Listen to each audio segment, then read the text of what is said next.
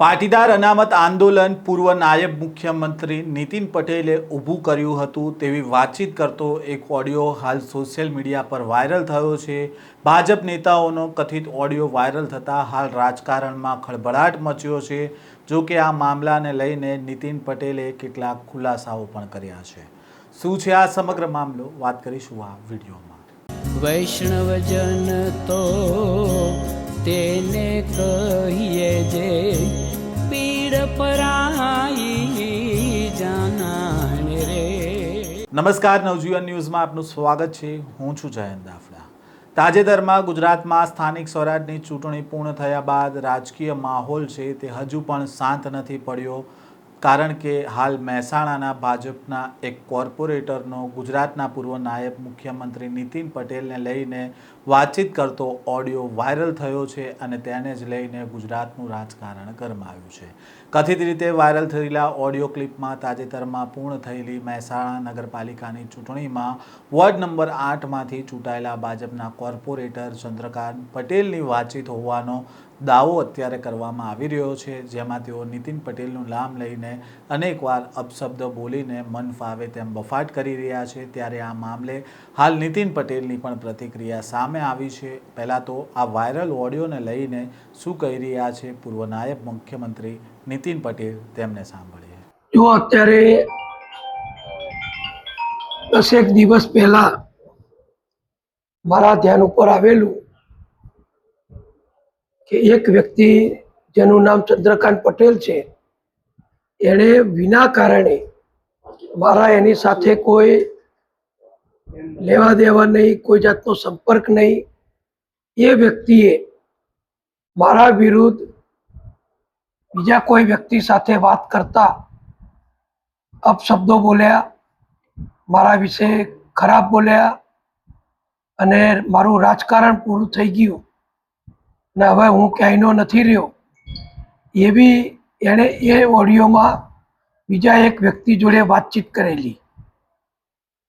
સ્વાભાવિક છે કે આવી બધી બાબતો ખાનગી રહેતી નથી અને કોઈએ એ ઓડિયો મને મોકલી આપેલો અને એ ઓડિયો મળ્યો ત્યારે અમારા ઉમેદવારો પસંદ કરવા માટેની પાર્લામેન્ટરી બોર્ડ ચાલતું હતું। પાર્લામેન્ટરી બોર્ડના સભ્ય તરીકે હું સ્વાભાવિક 5 થી 6 દિવસ સળંગ માન્ય મુખ્યમંત્રી શ્રી, માન્ય પ્રદેશ અધ્યક્ષ શ્રી જગદીશભાઈ વિશ્વકર્મા એ બધાની સાથે સતત મિટિંગોમાં હતો। ઉમેદવારોની પસંદગીની પ્રક્રિયા ચાલી રહી હતી, એટલે મારી પાસે સમય મર્યાદિત હોવાના કારણે મને જ્યારે આ ઓડિયો મળ્યો એટલે મેં ઓડિયો એ વખતે અમારા મહામંત્રી શ્રી અજયભાઈ બ્રહ્મભટ્ટને મોકલી આપ્યો, અમારા મહેસાણા જિલ્લાના પક્ષના પ્રભારી શ્રી ભરતભાઈ ડાંગરને મોકલ્યો અને મહેસાણા જિલ્લાના પ્રમુખ શ્રી ગિરીશભાઈ રાજગોરને મોકલ્યો। અને સ્વાભાવિક છે કે એ લોકો આ ઓડિયો જુએ, સાંભળે તો એમને શિસ્ત વિષયક કાર્યવાહી કરવાની થતી હતી અને એ જ વખતે આ પ્રક્રિયા પણ ચાલતી હતી।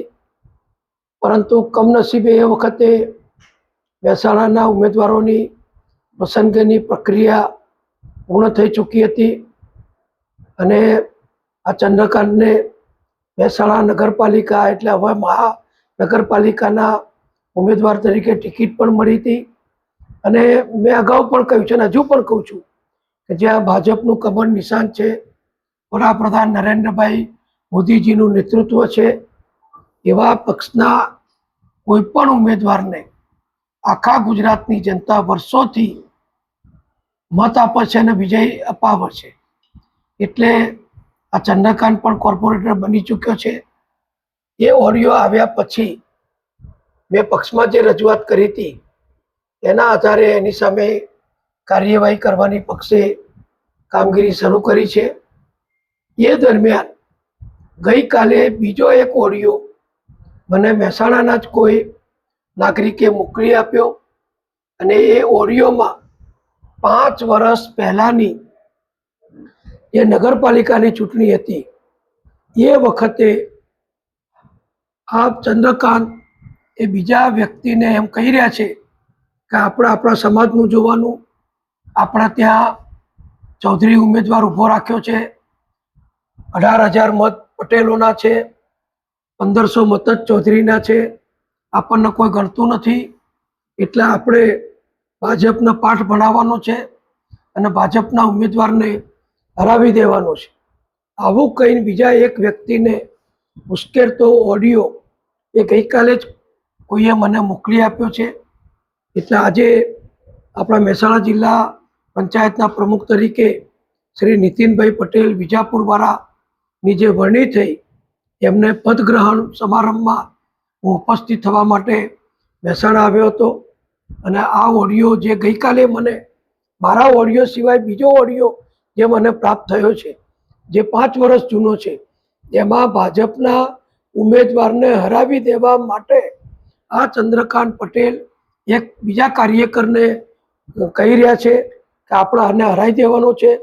અહીં ચૌધરી ઉમેદવાર આવ્યો છે, ચૌધરી 1,500 જ છે, પટેલો 18,000 છે, એટલે આપણે એને હરાવી દેવાનો છે. આવો ઓડિયો એ મેં જે મને મળ્યો હતો એ સ્વાભાવિક છે કે મારી ફરજ છે કે મારે આ વિશે મારા સંગઠનના નેતૃત્વને જાણકારી આપવી પડે. એટલે અત્યારે આવી અને મેં અહીંયા અમારા પ્રભારી શ્રી ભરતભાઈ ડાંગરને એ ઓડિયો સંભળાવ્યો છે અને ગિરીશભાઈ રાજગોરને પણ એ ઓડિયો સંભળાવ્યો છે. અને ચંદ્રકાંત પટેલની સામે પક્ષની વિરુદ્ધ કામ કરવા માટે, પક્ષની વિરુદ્ધ કોઈને ઉશ્કેરીને ભાજપના ઉમેદવારને હરાવી દેવા માટેનું કહેવા માટે કડકમાં કડક પગલાં લેવા જોઈએ. અને મને આશા છે કે અમારા અધ્યક્ષ શ્રી જગદીશભાઈ વિશ્વકર્મા અને અમારા સંગઠન મહામંત્રી શ્રી રત્નાકરજી, અમારા પ્રભારી જે મહામંત્રી છે શ્રી અજયભાઈ બ્રહ્મભટ્ટ અને શ્રી ભરતભાઈ ડાંગર જે જિલ્લાના પ્રભારી છે, એમના દ્વારા હવે ચંદ્રકાંત વિરુદ્ધ કડકમાં કડક શિસ્ત વિષયક કામગીરી કરવામાં આવશે. વાયરલ ઓડિયો ક્લિપમાં તેઓ કહી રહ્યા છે કે અમારી ટિકિટ કાપી એટલે નીતિનભાઈની જોડે જે અમારા સમાજના ચમચાઓ હતા તેઓને મેં જાહેરમાં કહી દીધું હતું કે તમે બધા યાદ રાખજો, મારો ટાઈમ આવશે એ દિવસે સમાજના કોઈ આગેવાનોને હું નહીં છોડું અને તેમને હું સંભળાવી દઈશ.